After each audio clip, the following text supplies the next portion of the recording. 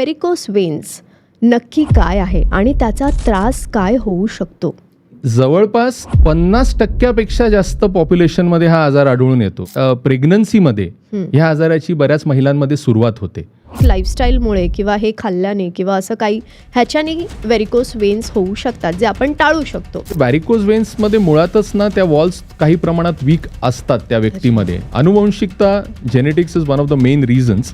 ज्यांचं प्रोफेशन जास्त वेळ उभं राहण्याचं आहे किंवा जास्त वेळ बसून राहण्याचं आहे त्यांच्यामध्ये पण हे आढळून येतं. सेलिब्रिटीज बद्दल तुम्ही म्हणालात तर मी इंस्टाग्रामवर पोस्ट बघितली होती. तापसी पन्नूची होती ती. तिने व्हॅरिकोज वेन्सची सर्जरी करून घेतली आणि तिने ती पोस्ट टाकली होती.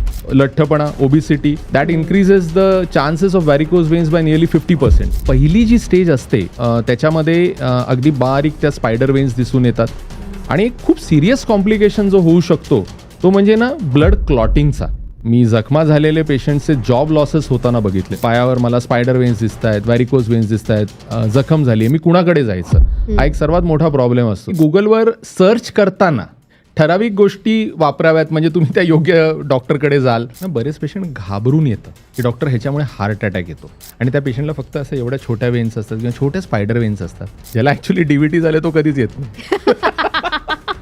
मी जी ट्रीटमेंट करतो त्या ट्रीटमेंटला क्लॅक्स ट्रीटमेंट म्हणतात. ब्राझिलियन ट्रीटमेंट आहे आणि आम्ही भारतातलं पहिलं सेंटर आहोत सुरू करणारं आणि ह्याचे रिझल्ट अतिशय फॅन्टॅस्टिक आहेत. व्हेरिकोस वेन्स आहे हे कसं काय कळणार?